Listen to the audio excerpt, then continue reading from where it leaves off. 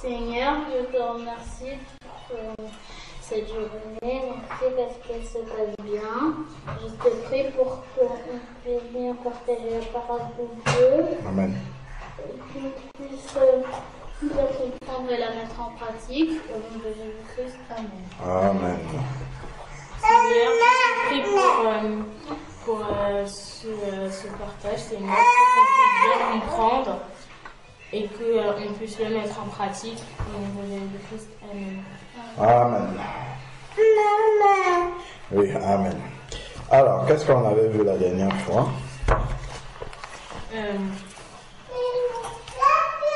Oui. On avait vu qu'il fallait honorer les parents. D'accord. Le titre, c'était quoi? C'était D'honorer tes parents, c'est ça? oui, honore ton père et ta mère, c'est ainsi que tu honores également Dieu. D'accord. Ok.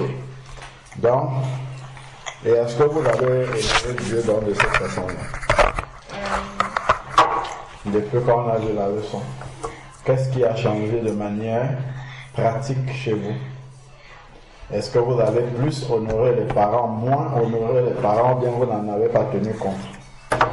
Et j'ai plus honoré les parents parce que j'avais l'esprit de service. D'accord, tu as plus honoré les parents parce que tu avais l'esprit de service. D'accord. Ok. Et aussi, après, des fois, j'en tenais pas compte. Et parfois aussi, des fois, tu n'en tenais pas compte. D'accord, ok. Donc, il faut prier tout le temps pour ne pas oublier ce qu'on a appris et surtout prendre le temps de lire, relire tout ce que vous avez noté. D'accord? Il faut relire ce que vous avez noté et prier dessus. En plus, il y a les sujets de prière et donc prier dessus pour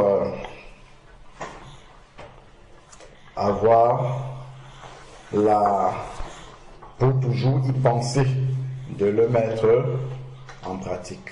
Il est où, Joshua? Donc, on avait dit là.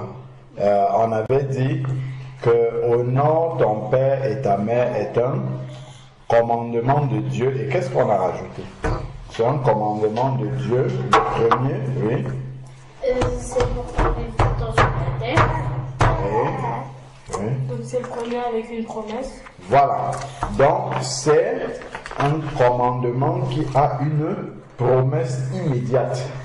D'accord? C'est-à-dire que Dieu dit, si tu mets en pratique ce commandement-là, immédiatement, je te bénis de telle manière. Heureux sur la terre et vivre longtemps. En fait, là-dedans, il y a tout. C'est-à-dire qu'il y a tout ce qu'il faut à un homme sur la terre. Être heureux, ça comprend tout ce que l'être humain désire sur la terre, d'accord? Est-ce qu'il y a quelqu'un sur la terre qui préfère avoir une vie où il n'est pas heureux? Non. C'est ce que tout le monde recherche. Est-ce qu'il y a quelqu'un sur la terre qui est heureux et qui désire ne pas vivre longtemps? Non. Je reprends ma question. Est-ce qu'il y a quelqu'un sur la terre qui est déjà heureux et qui désire ne pas vivre longtemps? Oui. Oui. Ah bon? Okay. Oui. Mais par exemple, quand on est heureux sur la terre, mais qu'on a envie d'aller vite retrouver Dieu, parce qu'on sait que le bonheur, c'est pas, enfin le bonheur de la terre, c'est pas le Voilà. bonheur. D'accord, ok. C'est pas le bonheur éternel. D'accord, ok. Si c'est quelqu'un qui n'a pas forcément la connaissance qu'après la mort, il va aller rejoindre Dieu. Ah bah non, là il voudra rester. Voilà. Ok, bon.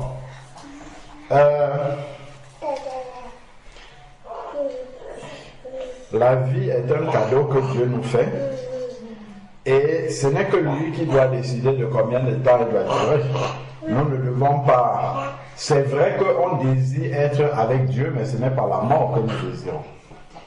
C'est la vie, au contraire. Ok? Donc on ne peut pas désirer mourir. Dieu le fera quand il voudra. Mais effectivement, on désire être avec lui et surtout là où il veut que nous soyons. Parce que si nous avons envie d'aller au ciel maintenant, alors que maintenant, Dieu lui a besoin de nous sur la terre, Ça veut dire que nous ne sommes pas dans la volonté de Dieu, même si on désire être avec lui. C'est vrai ou pas? L'apôtre Paul, il disait qu'il désire plus rejoindre le Seigneur, mais il est conscient que Dieu a encore et que les gens en face de lui ont encore besoin de lui sur la terre, d'accord? Donc il préfère rester sur la terre parce que c'est là où Dieu a besoin de lui. Ok? Donc là où nous devons être, c'est là où Dieu a besoin de nous, là où Dieu veut nous utiliser. Ok? C'est là que nous devons désirer être. Nous ne devons pas chercher à notre propre intérêt. D'accord? Désirer être au ciel, c'est pas mauvais, mais ça peut être aussi la recherche de notre propre intérêt. D'accord? Parce que bon, nous, peu importe ce qui se passe sur la terre, que les gens souffrent, que nous pouvons leur apporter ce que nous on a de Jésus-Christ, on va dire, tant qu'à faire, moi je préfère être auprès du Seigneur. D'accord? Plutôt que d'être là en train d'apporter aux autres ce dont ils ont besoin. Ok? Donc nous devons toujours chercher quelle est la volonté de Dieu pour nous. D'accord. Ok. Bon. Maintenant, qu'est-ce qu'on avait dit la dernière fois? Ok. Là, on a rappelé quel était le titre et qu'est-ce que vous avez retenu? On lève la main, oui, on dit.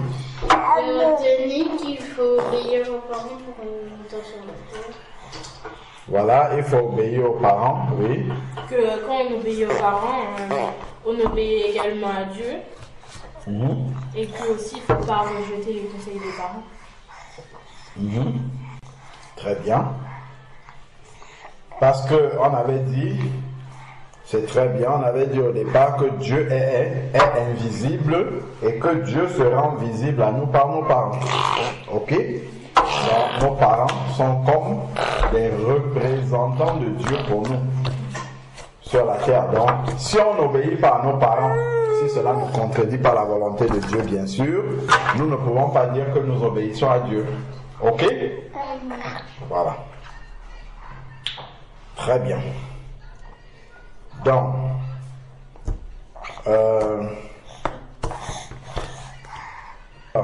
on s'installe.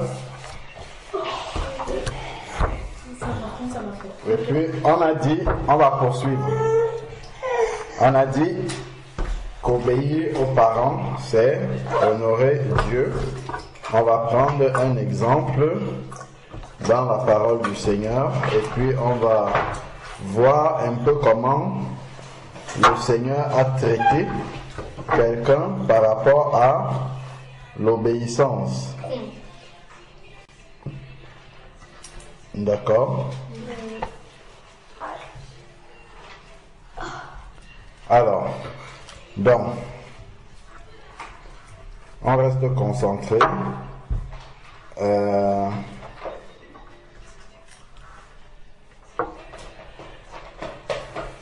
Donc, prenons 1 Samuel, chapitre 15. C'est après Esther. Alors, Samuel, on a juge, Josué, juge, et après on a 1 Samuel.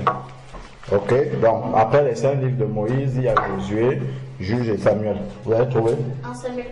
Chapitre 15. Ok. J'ai trouvé, c'est bon. Page 210.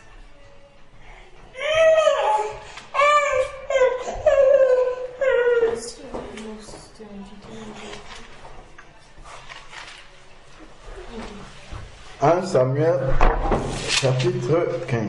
Bon, il est un petit peu long, mais il y a une belle leçon là-dedans. D'accord? Ok? Donc, on va lire le chapitre, mais on ne va pas s'arrêter partout. C'est juste pour que vous ayez l'histoire complète. Parce que si on lit une partie seulement, vous n'allez pas comprendre le contexte. Ok? Dans 1 Samuel chapitre 15, on commence au premier verset.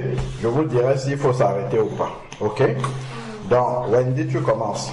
Donc, il y a combien de versets? Il y en a 35. Ok, bon. Wendy va lire à peu près 17 et toi le reste. Ok? Vas-y Wendy, s'il te plaît. Samuel dit à Saül. Qui était Samuel et qui était Saül? Oui. Saül, c'était le roi qui avait perdu contre David. D'accord. Et Samuel, c'était un homme de Dieu. D'accord. Raphaël, tu veux ajouter quelque chose? Et Saül, c'était un roi. C'était le premier roi d'Israël, Saül. Ok? D'accord. Et Samuel, c'était le prophète de Dieu. Ok? Par lequel le Seigneur parlait au peuple. D'accord? Au temps de Samuel, il n'y avait pas encore de roi en Israël au début. Ok? Et après, le peuple avait réclamé, je crois dans 1 Samuel 8, avait réclamé un roi et Dieu a ordonné à Samuel de leur établir un roi et ce premier roi c'était Saül. Ok? Donc, vas-y. C'est moi que l'Éternel a envoyé pour tomber sur mon peuple, sur son peuple. Très bien. Sur Israël. Écoute donc ce que dit l'Éternel. Ainsi parle l'Éternel des armées. Je me souviens de ce qu'Amalek fit à Israël lorsqu'on lui ferma le chemin à la sortie de l'Égypte. Très bien. Va maintenant, frappe Amalek et dévouer par interdit tout ce qui lui appartient. Tu ne l'épargneras point et tu feras mourir. Dis bien ce qu'il lit bien et retenez bien. Qu'est-ce que Dieu a dit? Et dévouer par interdit tout ce qui lui appartient. Tu ne l'épargneras point et tu feras mourir hommes et femmes, enfants et nourrissons, bœufs et brebis, chameaux et ânes. Voilà, on va s'arrêter là. Ok? Bon. Amalek est un peuple, parce que lorsque Dieu a délivré Israël de l'Égypte, Dieu les conduisait vers la terre promise, d'accord, à Canaan, et ils devaient passer par Amalek et à cause de ce que Israël, lorsqu'il s'est mis sur le chemin à sa sortie d'Israël. Donc, Amalek, en fait, s'était mis opposé au passage d'Israël quand ils sont sortis d'Égypte pour atteindre la terre promise. D'accord? C'est un peu est-ce que quand on se convertit, Dieu veut nous amener vers une terre promise? Oui. C'est quoi cette terre promise, hein? Le ciel. Le ciel, très bien. Donc, c'est la même chose. Dieu veut nous amener vers une terre promise. Est-ce qu'il y a des obstacles, des ennemis qui se mettent sur notre chemin pour nous empêcher d'y aller? Oui. Qui? Ou quoi? Des épreuves. Les épreuves sont là pour nous former quand elles viennent de l'Éternel. Mais il y a des choses qui sont là pour nous empêcher. Comme? Les démons. Comme les démons, très bien. Lorsque le peuple est sorti de l'Égypte, il y avait l'armée de Pharaon qui est venue, d'accord? C'est comme les démons, le Pharaon, c'est comme le diable, ok? Et lorsqu'ils ont été engloutis dans la mer, après, de l'autre côté, il y a eu des peuples qui ont combattu Israël sur le chemin, ok? C'est comme ces démons qui continuent à venir, même lorsque on est converti à Jésus-Christ, qui viennent essayer de nous tromper, de nous combattre, de nous amener sur la voie qui n'est pas celle de Dieu, d'accord? Et voilà pourquoi Dieu demande de ne rien épargner, de tout raser, tout, tuer tout, d'accord? Est-ce que vous comprenez ça? C'est pour ça, c'est parce que si tu laisses même l'enfant d'un démon, d'accord? Si tu dois combattre un démon, il faut que tu l'élimines totalement et que tu rases tout. Si tu laisses même un peu, il va grandir et recommencer. Ok? Ben, c'est comme le péché aussi. Le péché est là aussi pour nous empêcher d'aller vers la terre promise. D'accord? Si on laisse un péché qui est tout petit dans notre ville, il va grandir, il va se multiplier et il va finir par nous empêcher d'y aller. D'accord? C'est pour ça que Dieu demande de tout tuer jusqu'au nourrisson. Donc en fait, c'est de prendre tout jusqu'à la racine. C'est comme ça qu'il faut voir ça. Il dit, tu n'épargneras pas et tu feras mourir homme, femme. Ça, c'est les péchés qui sont déjà grands. Les enfants, la femme, c'est celle qui accouche d'autres péchés. Ok? D'accord? Et les nourrissons, ce sont les petits péchés qui sont en train de grandir, les bœufs, tout ça, ainsi de suite. C'est cette image-là qu'il faut avoir. Ok? Pour nous spirituellement. D'accord? Donc c'est pour ça que Dieu a dit qu'il faut tout enlever. Continuons. Saül convoqua le peuple et on fit la revue à Télaïm. Ok. Ok. Donc on poursuit. Nous sommes à quel verset? Au verset 4. Très bien. Poursuivons.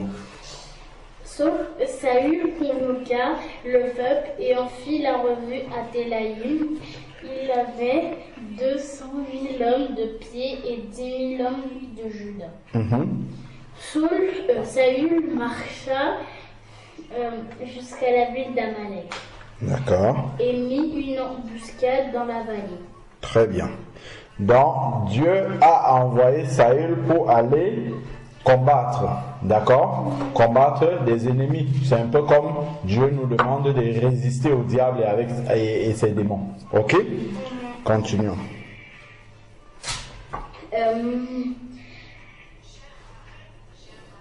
Il dit aux Kéniens, allez, retirez-vous, sortez du milieu d'Amalek, afin que je ne vous fasse pas périr avec lui.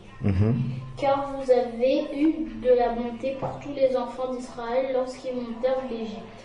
Très bien. Et les Kéniens se retirèrent du milieu d'Amalek. Saül bâtit Amalek depuis Avila jusqu'à Shur, qui est en face d'Égypte. Ok, attends, un instant. Je vais vérifier quelque chose. Quelque chose que je veux vérifier.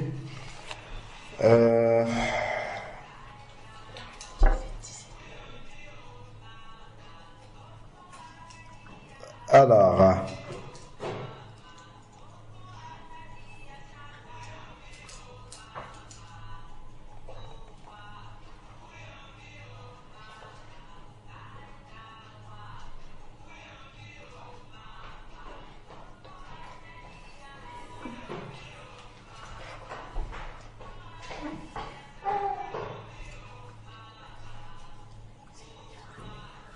Est-ce que vous vous rappelez quand on écoutait dans la voiture le livre de la Genèse? Oui. Il n'y a rien qui vous fait penser à quelque chose là quand vous lisez? Prenons, mais gardez le doigt là-bas, prenons Genèse chapitre 2. Quand on suit la Bible ou quand on lit ou quand on écoute,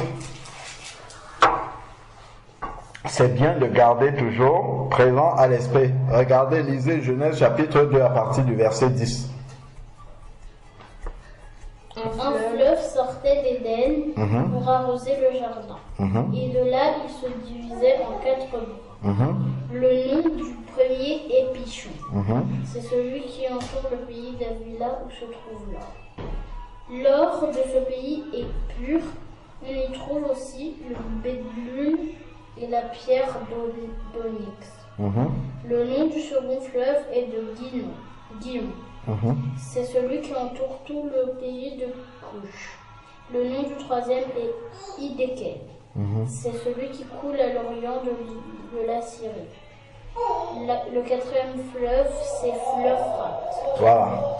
Vous avez vu le premier fleuve, il entoure quel pays? Il contourne quel pays? Le pays Avila. Retournons dans Samuel, qu'est-ce que vous avez lu là? Au verset 7. Attendez, s'il vous plaît, depuis Avila. Saül bâtit Amalek depuis Avila. Ah oui, c'est la même ville. Voilà. Ok. Saül bâtit Amalek depuis Avila, jusqu'à Shur, qui est en face de l'Égypte.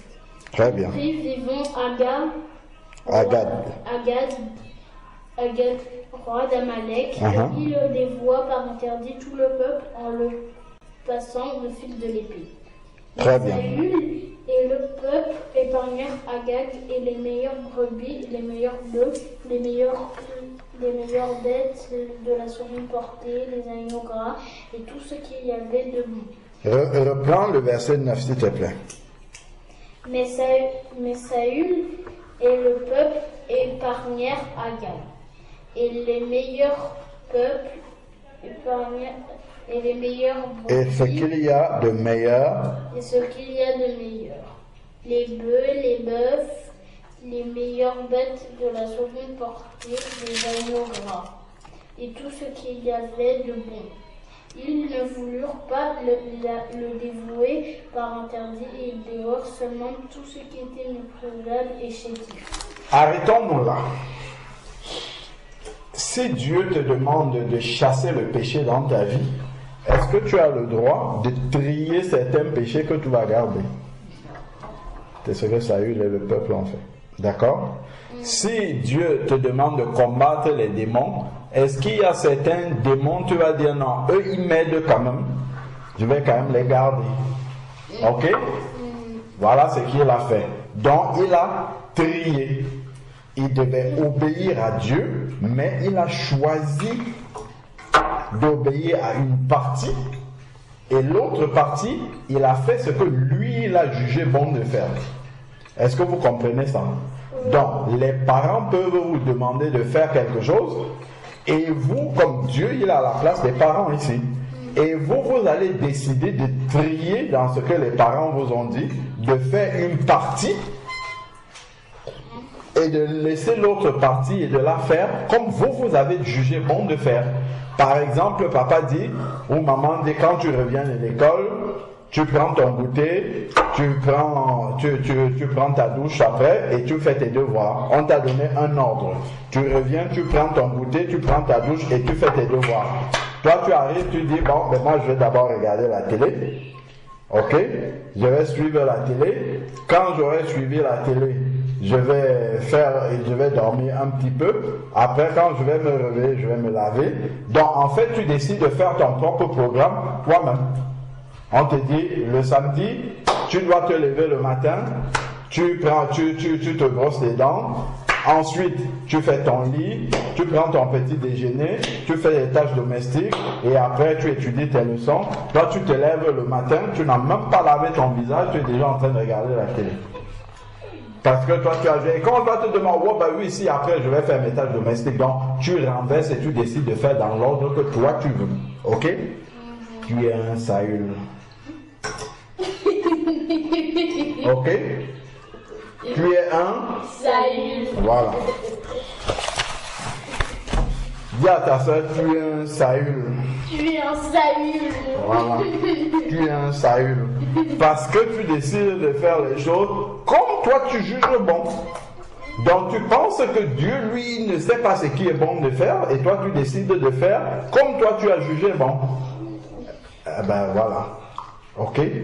Bon, on va donc voir si Dieu va laisser Saül comme ça. Là, il ne faut donc pas être surpris aussi quand les parents réagissent d'une certaine manière. Ah maman, j'ai quand même fait mon livre. Tu l'as fait dans quel ordre? Est-ce que tu as respecté l'ordre dans lequel on t'a demandé de faire ce que tu as à faire le samedi, le week-end, ou est-ce que tu as fait dans l'ordre qui te plaît toi? Ok? Alors, en plus, il a dévoué par interdit ce qui était chétif, ce qui est tout minuscule, tout voilà, et les bêtes grasses et tout ça, il a gardé ça pour lui. Alors, verset 10, Wendy, tu vas aller jusqu'à 17. L'Éternel adressa la parole à Samuel et lui dit, je me répands. Bon, on va avant de passer à 10, on va écrire quand même quelque chose. Vous écrivez.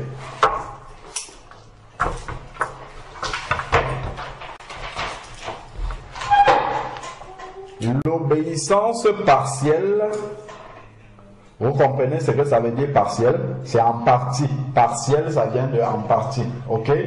Donc, l'obéissance partielle à un ordre de Dieu, l'obéissance partielle à un ordre de Dieu est de la désobéissance. Ok? Donc même aux parents, si vous obéissez comme vous voulez, partiellement, parce que même si tu fais tout ce que les parents ont dit, mais dans un ordre qui n'est pas celui qu'ils ont donné, c'est de la désobéissance. Parce que tu as fait en fait ce que toi tu voulais. Ok? Normalement, quand c'est fait, c'est bien, non? Quand c'est fait, c'est bien, mais si c'est fait dans le mauvais ordre, dans un ordre, sauf si tu as discuté avec eux avant, et te disent, Wendy, quand tu te lèves le matin, tu commences par brosser tes dents, tu fais ton lit, ensuite tu prends ta douche, tu prends le petit déjeuner, ainsi de suite, tu dis non maman, fais pas non maman, mais tu vas dire, maman, est-ce que je peux plutôt me lever le matin, brosser mes dents, commencer par faire le ménage dans la maison, et ensuite prendre mon petit déjeuner. Donc, il faut en parler avant, discuter, et que maman, papa accepte d'abord avant que tu ne le fasses. Là, c'est différent. Ok? Mais si toi, tu dis, bon, allez, ce qu'ils m'ont dit là, ça les regarde. Moi, je vais faire comme je veux, comme je pense être bien, comme je juge nécessaire, et autant où ça me plaît, c'est de la désobéissance. Tu es un sage. Voilà. Allez, qu'est-ce que vous avez noté déjà? Le titre. Ok, c'est le titre qu'on vient de noter, non?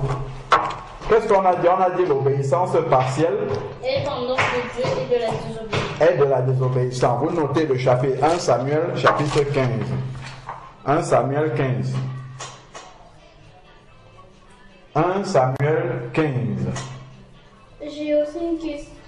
On note d'abord, pour ne pas oublier, après tu vas venir avec la question, tu notes la question quelque part pour ne pas oublier. Vous notez 1 Samuel chapitre 15.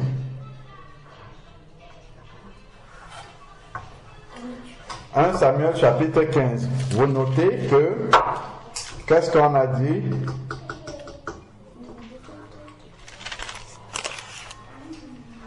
Écoutez, écrivez, obéis à notre façon,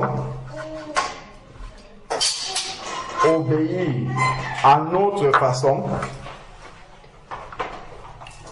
obéir à des ordres, voilà, on va noter ça comme ça, obéir à des ordres, à notre façon et en notre temps, est simplement de la désobéissance.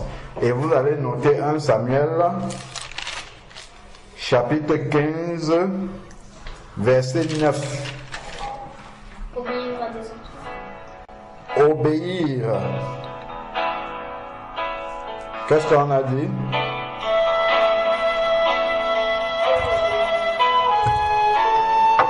Obéir.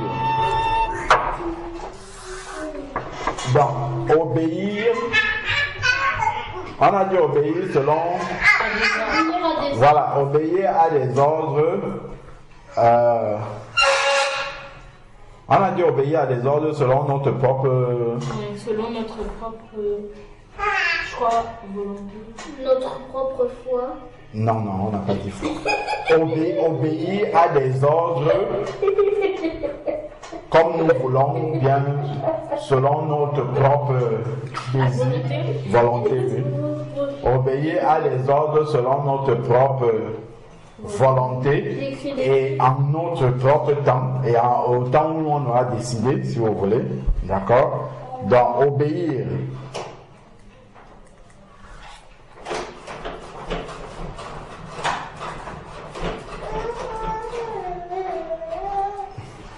Et tout simplement obéir à des ordres selon notre propre volonté et en notre temps, au temps où on aura décidé ou en notre propre temps, comme vous voulez, est de la désobéissance. 1 Samuel, c'est pareil, tu reformules comme tu veux, mais l'essentiel c'est de dire ce qu'on a dit là.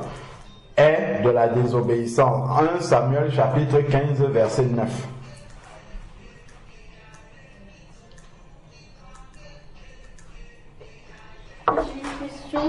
En fait, comme... Wendy, tu attends chaque chose en son temps. pour l'instant, on note. Raphaëlla n'a pas fini de noter, tu peux pas être en train de poser une question. Donc tu attends qu'on ait fini de noter, qu'on ait noté ce qu'il faut noter avant de passer à autre chose. Oui, Raphaëlla, tu as tout noté? Tu as noté le verset aussi? Voilà. 1 Samuel 15, verset 9.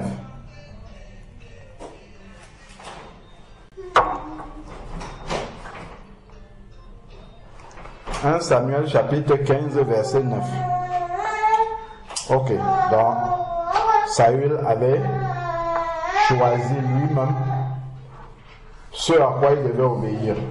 Ok? Wendy, ta question.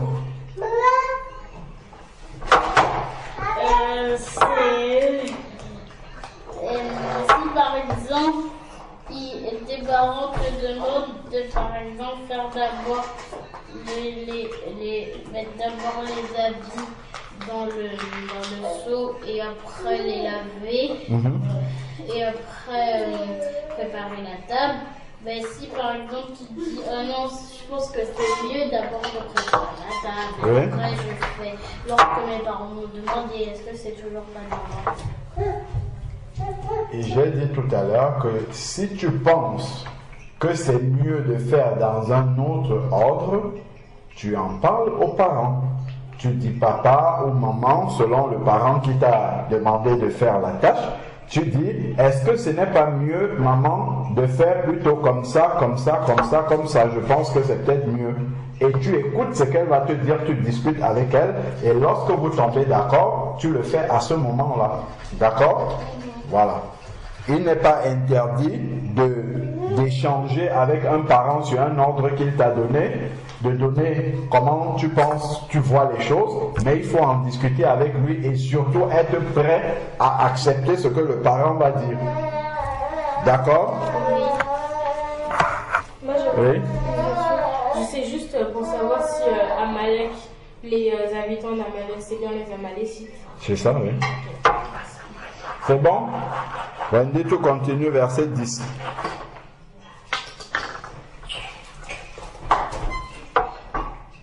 L'Éternel adressa la parole à Samuel et lui dit: Je me répands d'avoir établi Saül pour roi.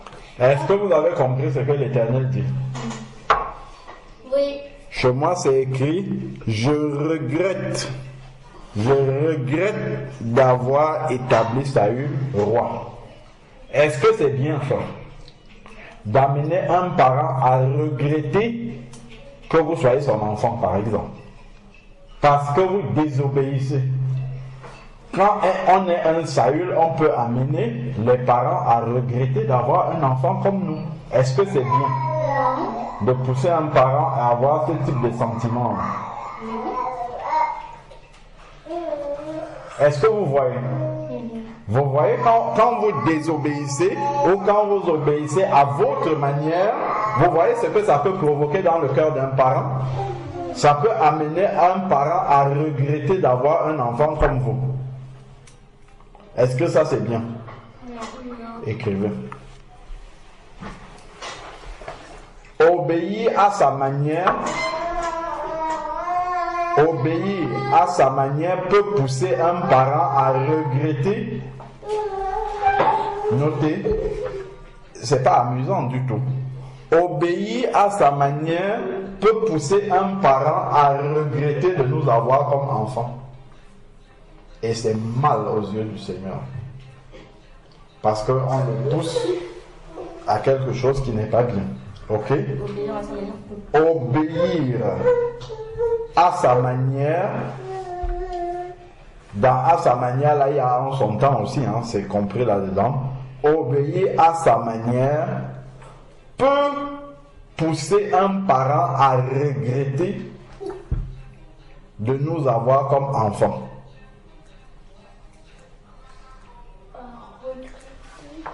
À regretter de nous avoir comme enfants.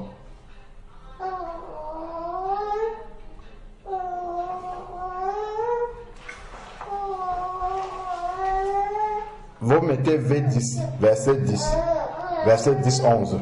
10 et 11.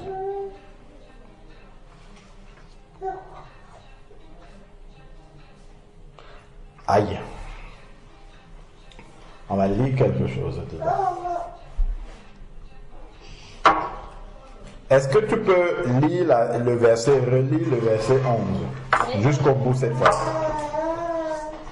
Il lui dit, je me réponds d'avoir établi Saül pour moi, car il se détourne de moi et il n'observe point mes paroles. Est-ce que c'est tout à fait vrai ce que Dieu dit là? Non. Enfin, Pourquoi? Parce qu'en fait, il a fait une partie Oui. et lui, il dit qu'il s'est détourné complètement de lui. Est-ce que vous avez compris ça? oui. Est-ce que Dieu peut mentir? Non. Ça veut dire quoi? Ça veut dire que quand on fait une partie, Dieu considère qu'on n'a rien fait. Est-ce que vous avez compris? Pour Dieu, obéir, c'est obéir entièrement.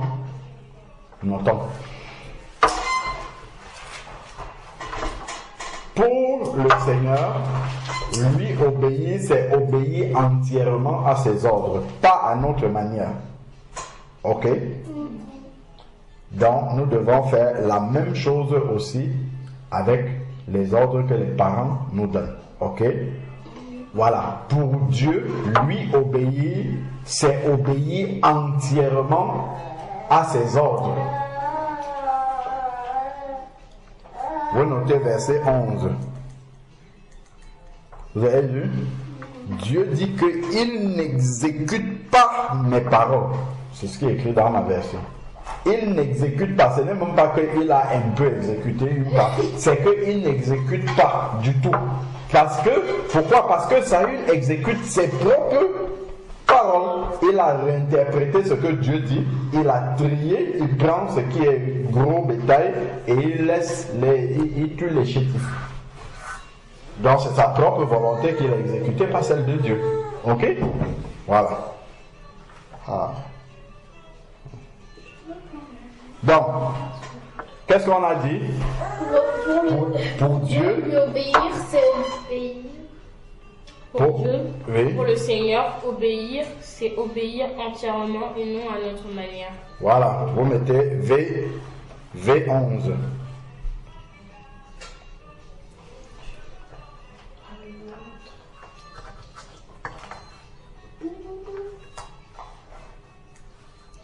C'est quoi la fin de ce verset? J'écris juste V11. D'accord. C'est bon, je suis très tard. Oui, la fin du verset dit quoi? La fin du verset dit détournement.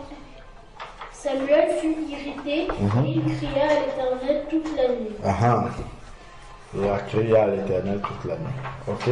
Pourquoi il est irrité? Parce que Saül n'a pas obéi. C'est lui qui a transmis l'ordre de l'Éternel à Saül et Saül a fait comme lui il a voulu. Ok? C'est pour ça que Samuel est irrité parce que Saül n'a pas obéi. Et c'est lui qui avait oint Saül le roi. D'accord? C'est Dieu l'avait envoyé pour aller oindre Saül le roi. C'est ce qu'on a vu au début. Alors, on continue. Verset 12. Il se leva de bon matin pour aller au-devant de Saül. Et on vint lui dire, Saül est allé à Carmel, et voici, il s'est érigé un monument. Puis il s'en est retourné au passant plus loin, et il est descendu à Gilgal. Très bien. Donc, Saül est parti à Carmel, ainsi de suite. Verset 13. Samuel se rendit auprès de Saül, et Saül lui dit, sois béni de l'Éternel. J'ai observé la parole de l'Éternel. Ah, arrêtons-nous. Qu'est-ce que Saül dit? Vous avez vu les Saül? De matin, le demain, Wendy, alors est-ce que tu as fait tes tâches domestiques? Oui, j'ai fait les tâches domestiques. D'accord, ok. Mais quelles sont ces tâches domestiques-là? Je ne sais pas, j'ai fait mon lit, je ne sais pas, tu vois?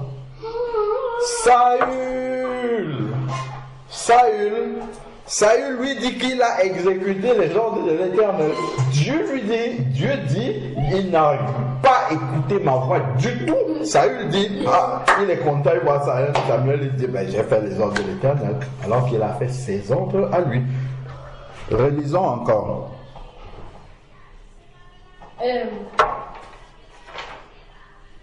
Verset 13. Samuel se rendit auprès de Saül et Saül lui dit: Sois béni de l'Éternel. J'ai observé la parole de l'Éternel. Il dit: j'ai observé la parole de l'Éternel. Eh bien, dis donc.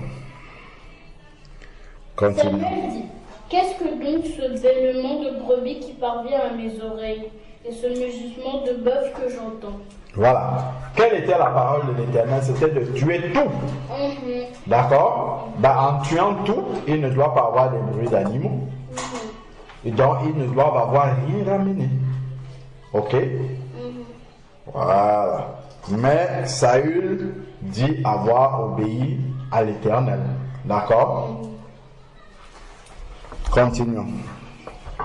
Et Samuel lui dit que quels sont ces bruits-là qu'il entend. Verset 15. Saül répondit: Ils les ont amenés de chez les Amalécites parce que le peuple a épargné les meilleurs brebis et les meilleurs bœufs afin de sacrifier à l'Éternel. Oh là là. Oh là là. Oh, il est malin. En plus, il veut défendre sa propre obéissance à ses propres projets en disant: oula, ça c'était pour le Seigneur. Donc il est malin. Il veut dire qu'il voulait bien faire, alors qu'en obéissant à ses propres règles. Allez, on va noter. Il ne faut pas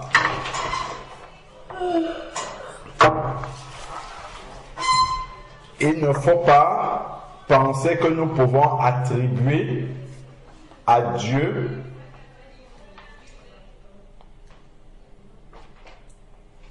il ne faut pas que nous pensions que nous pouvons attribuer à Dieu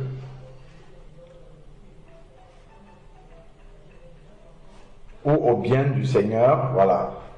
Ne pensons pas que nous pouvons attribuer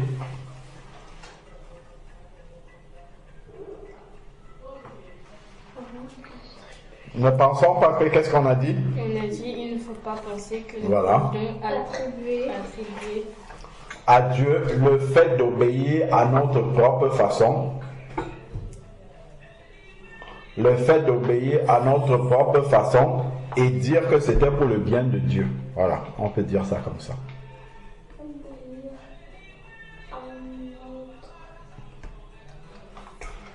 Ne pensons pas que nous pouvons attribuer à Dieu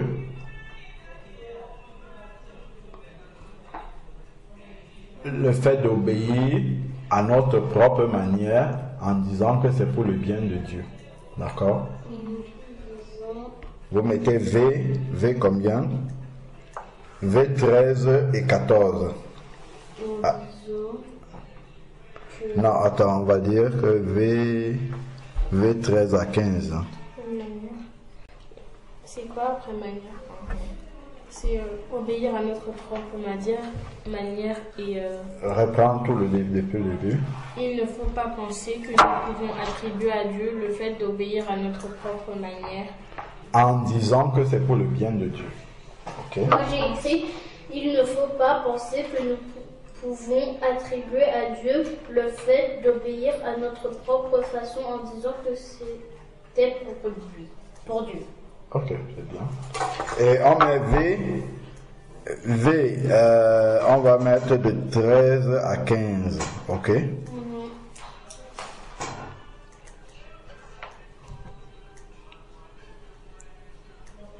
Il dit qu'ils ont gardé ça pour sacrifier à l'Éternel.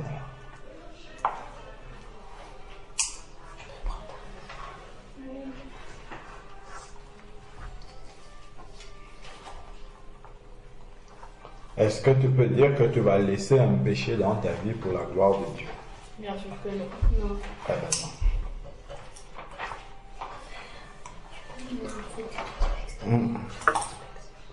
C'est bon? Oui. Vous avez noté V13 à 15? Oui. Alors, qu'est-ce qu'on a parce que il dit le gros bétail pour sacrifier? à l'Éternel ton Dieu. En plus, ils disent ton Dieu, le Dieu de Saül. Le Dieu de Samuel, pour dire que vraiment il est. Et le reste, nous l'avons voué à l'interdit. Est-ce que c'est ça que Dieu avait demandé de faire? Non. Non. Mais ça veut dire que s'il dit à l'Éternel ton Dieu, ça veut dire que c'est pas trop son Dieu. C'est son Dieu, mais il veut tellement dire qu'il a respecté le Dieu de Samuel. Bon. Verset 16. Raphaël, verset 16. Samuel dit à Saül, Plutôt Wendy. Oui. arrête et je te déclarerai ce que l'Éternel m'a dit cette nuit. Et Saül lui dit, parle. Samuel dit, lorsque tu étais petit à tes yeux, n'es-tu pas devenu le chef des tribus d'Israël et l'Éternel ne t'a-t-il pas oint pour que tu sois roi sur Israël? L'Éternel t'avait fait partir en disant, va et dévoue par interdit ces pécheurs, les Amalécites. Tu leur feras la guerre jusqu'à ce que tu les aies exterminés. Pourquoi n'as-tu pas écouté la voix de l'Éternel? Voilà. Donc, Samuel lui remet les idées en place en lui rappelant exactement ce que Dieu avait dit. D'accord? Samuel dit à Saül, assez, je vais t'annoncer ce que l'Éternel m'a dit cette nuit. Et Saül lui dit, parle. Ok? À partir du verset 17, Samuel lui dit, lorsque tu étais petit à tes yeux, donc quand il n'était pas encore roi, n'es-tu pas devenu le chef des tribus d'Israël? C'est l'Éternel qui a fait qu'il devienne le roi, d'accord? Et l'Éternel ne t'a-t-il pas donné l'onction comme roi sur Israël? D'accord? L'Éternel t'avait mis sur le chemin en disant, voilà, donc voilà l'ordre du Seigneur, va, vous à l'interdit, c'est-à-dire supprime-tu ces pécheurs. Voilà, vous comprenez pourquoi je comparais à les Amalécites au péché dans notre vie. Tu vas et vous à l'interdit ces pécheurs, d'accord, les Amalécites. Tu leur feras la guerre jusqu'à leur extermination. Tu es le péché en entier, pas une partie. Ok? Et au verset 19,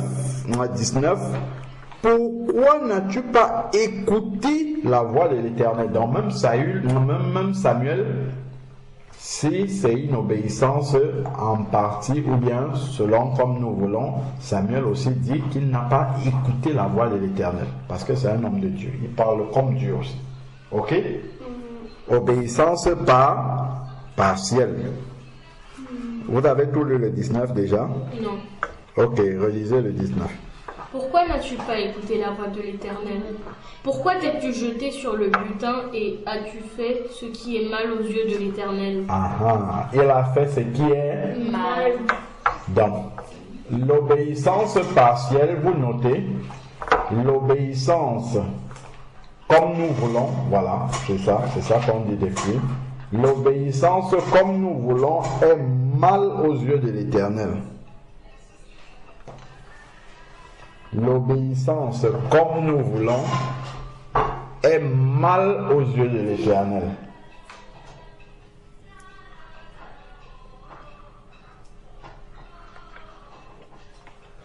L'obéissance comme nous voulons est mal aux yeux de l'Éternel.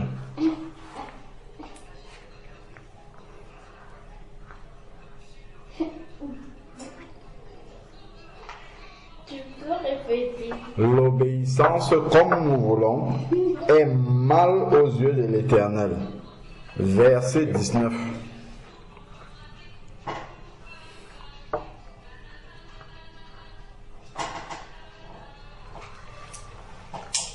L'obéissance comme nous voulons est mal aux yeux de l'Éternel. C'est bon? Oui. Donc, qu'est-ce qu'on a dit? On a dit que l'obéissance comme nous voulons est mal aux yeux de l'Éternel. Entre parenthèses, V19. Ok, très bien. Poursuivons. Verset 20. Verset 20. C'est Raphaëlla qui est en train de lire. Saül répondit à Samuel. J'ai bien écouté la voix de l'Éternel et j'ai suivi le chemin par lequel m'envoyait l'Éternel. J'ai amené à Agag, le roi d'Amalek, Oui. et j'ai dévoué par interdit les Amalécites, mais le peuple a pris sur le butin des brebis et des bœufs comme prémisse de ce qui devait être dévoué, afin de les sacrifier à l'Éternel ton Dieu à Gilgal. Très bien. Vous avez suivi ce que Saül a dit? Oui. Reprenons le verset 7. Revenons au verset 7. Est-ce que tu peux lire à partir du verset 7? Saül bâtit Amalek depuis Avila jusqu'à Shur, qui est en face de l'Égypte. Il prit... C'est qui il? Saül. Ok, continue. Il prit vivant Agag, roi d'Amalek, et il dévoua par interdit tout le peuple en le passant au fil de l'épée. Très bien. Mais Saül et le peuple épargnèrent Agag et les meilleures brebis, les meilleurs bœufs, les meilleures bêtes de la seconde portée, les agneaux gras et tout ce qu'il y avait de bon. Ils ne voulurent pas le dévouer par interdit. C'est qui le il là? Saül et son armée. Saül et le peuple. Ok. Ils ne voulurent pas le dévouer par interdit et ils dévouèrent seulement tout ce qui était méprisable et chétif. Et qu'est-ce que Saül dit ici à Samuel au verset 20?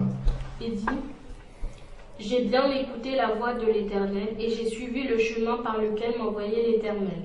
J'ai amené à Agag, roi d'Amalek, et j'ai dévoué par interdit les Amalécites, mais le peuple a pris sur le butin. Il accuse le peuple. Pourtant, on a dit là-bas, Saül et le peuple. D'accord? Continuons. Oui, mais le peuple a pris sur le butin des brebis et des bœufs comme prémisse de ce qui devait être dévoué afin de les sacrifier à l'Éternel ton Dieu à Gilgal. Samuel dit: L'Éternel trouve-t-il du plaisir dans les holocaustes et les sacrifices comme dans l'obéissance à la voix de l'Éternel? Voilà.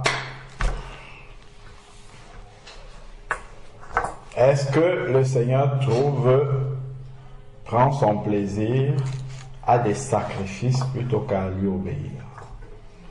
Non. D'accord?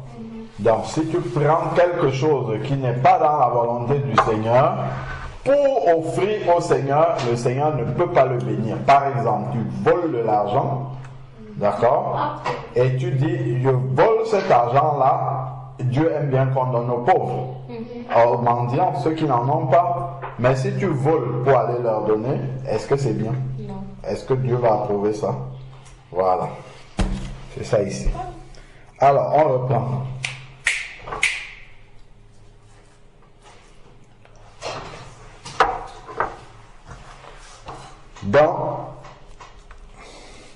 Voici, l'obéissance vaut mieux que les sacrifices et l'observation de sa parole vaut mieux que la graisse des béliers. Notez ça.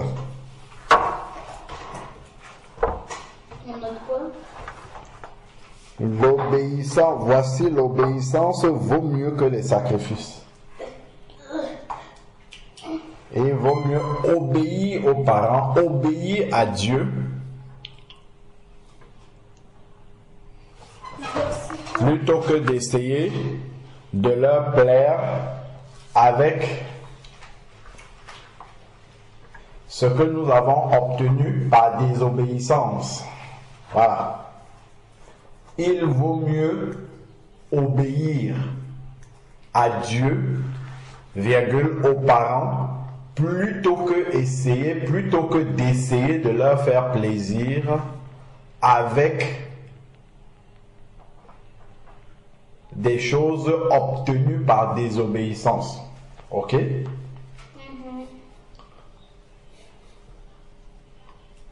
Voici l'obéissance vaut mieux que On va noter ça comme verset. Donc, je disais, il vaut mieux obéir à Dieu, virgule, aux parents, plutôt que d'essayer de leur faire plaisir avec des choses obtenues par désobéissance. Est-ce que vous avez compris cette phrase-là? Oui. Voilà.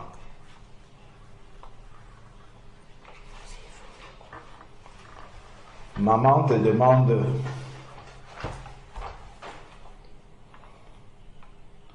de ne pas mettre des pieds sales sur le lit. Tu vas mettre tes pieds sales et quand elle te dit, Wendy, qu'est-ce que tu fais? Tu dis, ah maman, câlin, câlin, câlin. Tu vois, ça, tu es un saül. Ok? Parce que tu essayes de lui faire plaisir, voilà, alors que tu as désobéi. D'accord? Tu es un obéir aux parents. saül. Donc, qu'est-ce qu'on a dit? Il vaut mieux obéir aux parents. Non, il vaut mieux obéir à Dieu, virgule, aux parents, plutôt que d'essayer de leur faire plaisir avec quelque chose obtenu par désobéissance.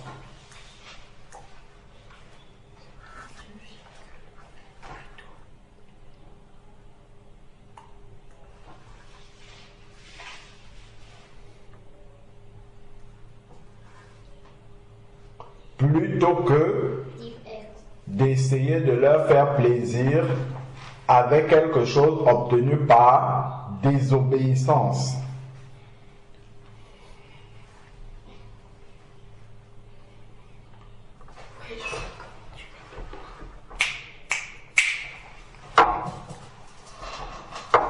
C'est bon? Oui. Vous notez entre parenthèses V 22.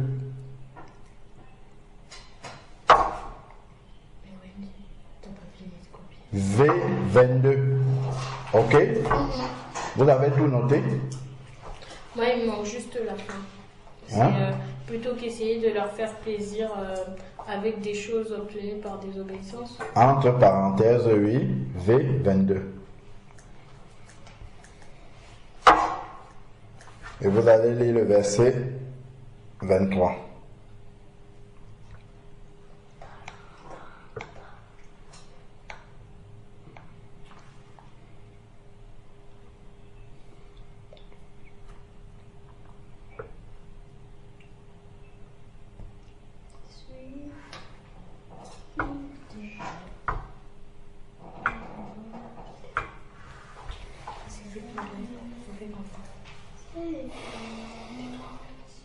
Vous avez tout noté?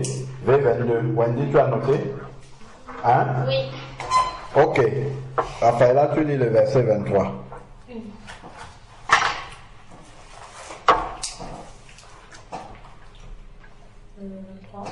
Car la désobéissance est aussi coupable que la divination, et la résistance ne l'est pas moins que l'idolâtrie et les théraphiles. Puisque tu as rejeté la parole de l'Éternel, il te rejette aussi comme toi. Comme Comme roi, pardon. vous avez compris? Comme Saül a désobéi, Dieu l'a rejeté comme roi. Donc il n'est plus roi parce qu'il n'a pas accompli la volonté de Dieu. Quand Dieu choisit un roi ou comme un président de la République, il doit accomplir la volonté de Dieu. S'il n'accomplit pas la volonté de Dieu, Dieu le rejette comme roi. Donc nous relisons le 23. Car la rébellion rebelle, c'est celui qui n'obéit pas aux ordres des parents. C'est celui qui n'obéit pas à la volonté de Dieu. Il est un rebelle. Vous notez, celui qui obéit selon ses propres désirs, celui qui obéit selon sa propre volonté est un rebelle. Celui qui obéit selon sa propre volonté est un rebelle.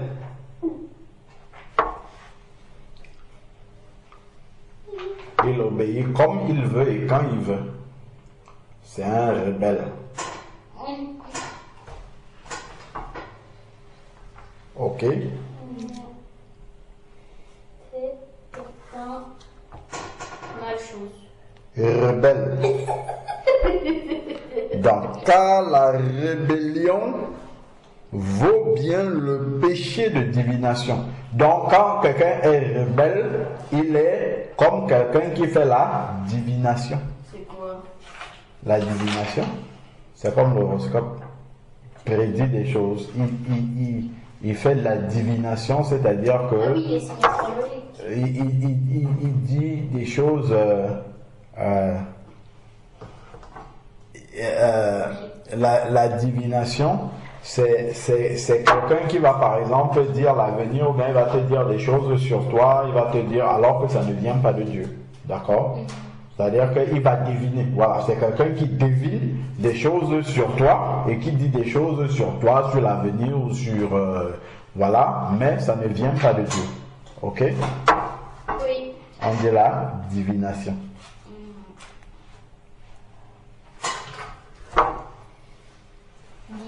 Donc, ça, c'est la rébellion est pareil. Et la résistance vaut bien l'injustice et les téraphines. Les téraphines, en fait, c'était des faux dieux, des objets que les Israélites adoraient. Donc, pour Dieu, la désobéissance, c'est comme l'idolâtrie. Ok? C'est comme si tu te prosternais devant un morceau de bois et tu adorais ce morceau de bois. C'est ça. Pour Dieu, c'est comme ça. Ok? Vous notez. Pour Dieu, la désobéissance est similaire, ça veut dire pareil. Pour Dieu, la désobéissance est pareille à l'idolâtrie. Pour Dieu, la désobéissance est pareille à l'idolâtrie.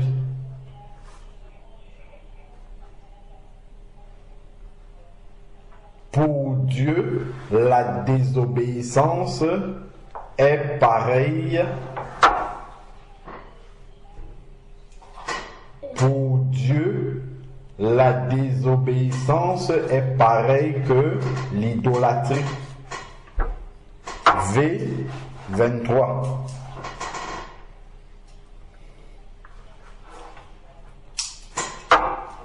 Pour Dieu, la désobéissance est pareille à l'idolâtrie. Entre parenthèses V23. On va s'arrêter là. La prochaine fois, on va lire la suite, ce qui est arrivé à Saül en conséquence. Ok? On a déjà vu que Dieu l'a destitué comme roi. Ok? Donc. Du coup, on n'a pas mis le titre.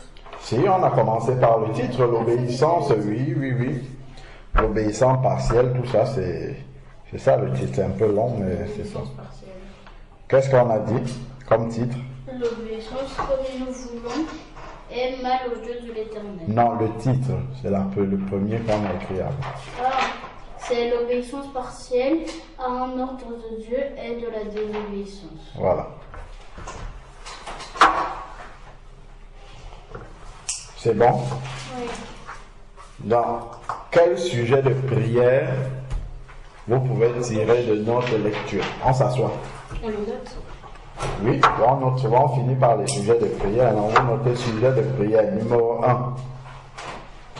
Sujet de prière. Sujet de prière numéro 1. Sujet de prière.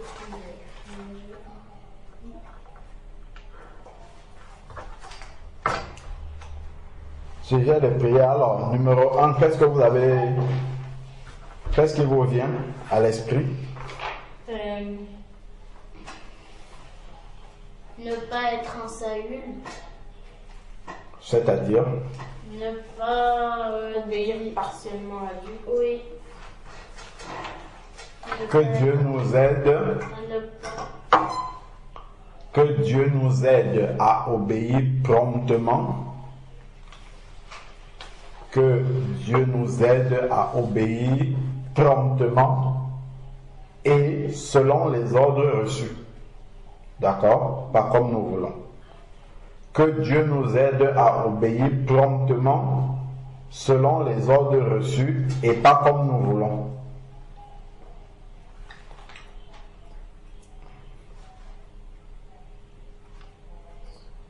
Que Dieu nous aide à obéir promptement et pas comme nous voulons. C'est ce que j'ai dit? Non. Que Dieu nous aide à obéir promptement. Selon les ordres reçus. Voilà, selon les ordres reçus, virgule, pas comme nous voulons, point.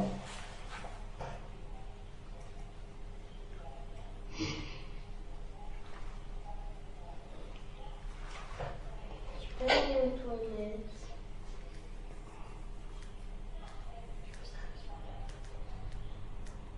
Je peux aller aux toilettes. On note les sujets de prière. Alors, vous en avez un autre? Numéro 2. Obéir aux parents promptement. Enfin, obéir aux parents. Sans notre volonté.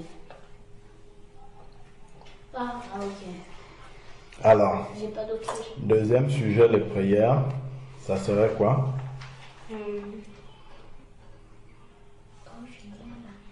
C'est ne pas murmurer.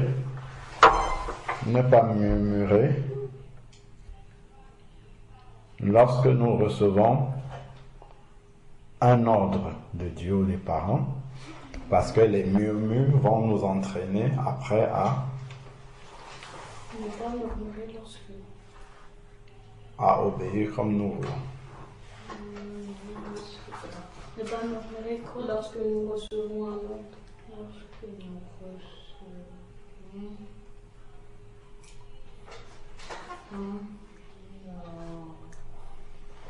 Mais c'est difficile. C'est pour ça qu'on fait pour ça. C'est pour ça qu'on prie. Si c'était facile, on n'aurait pas besoin de prier. C'est bon? Là, on a deux sujets, on va déjà prier pour ça, sauf si vous voyez un autre sujet. Non?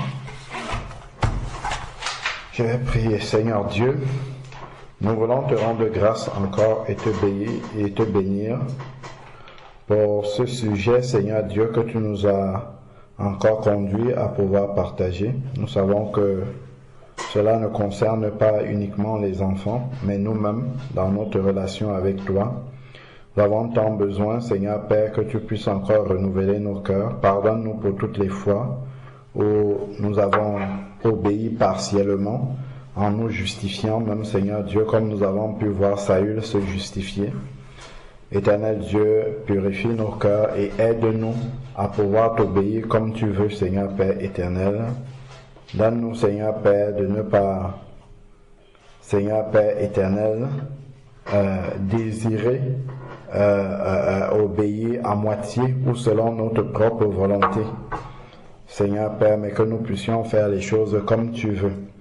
Tu vois que nous sommes tellement embourbés dans nos raisonnements, dans nos pensées qui ne sont pas les tiennes. Aie pitié de nous et viens nous aider encore, Seigneur Père, à voir comme tu vois, à obéir selon ta volonté, Seigneur Dieu Tout-Puissant.